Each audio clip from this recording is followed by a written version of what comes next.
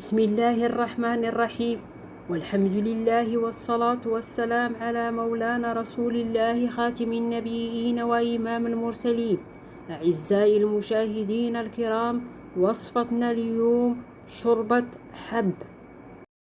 في قدر الضغط على النار نكشي البصل ونزيد عليه توم ونزيد عليه لحمة ونزيد كمان حبة طماطم مفرومة،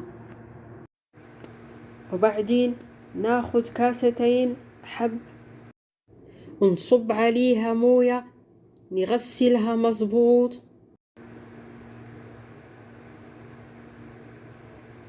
وبعدين نزيدها على اللحمة ونزيد عليها صرة الشوربة المكونة من خدلجان، كمون، شيبة، فلفل أسود، هيل، وكمان قرنفل. وفي الآخر نزيد موية مغلية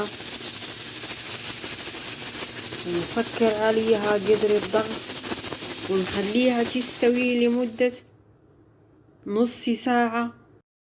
بعد مرور نص ساعة نفتح قدر الضغط ونحركها بالكبشة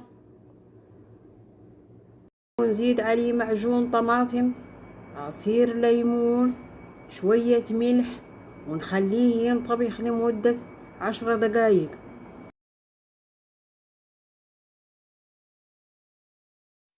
ها هي شوربة الحب جاهزة، وبعدين نغرفها في زبدية، وبألف صحة وعافية.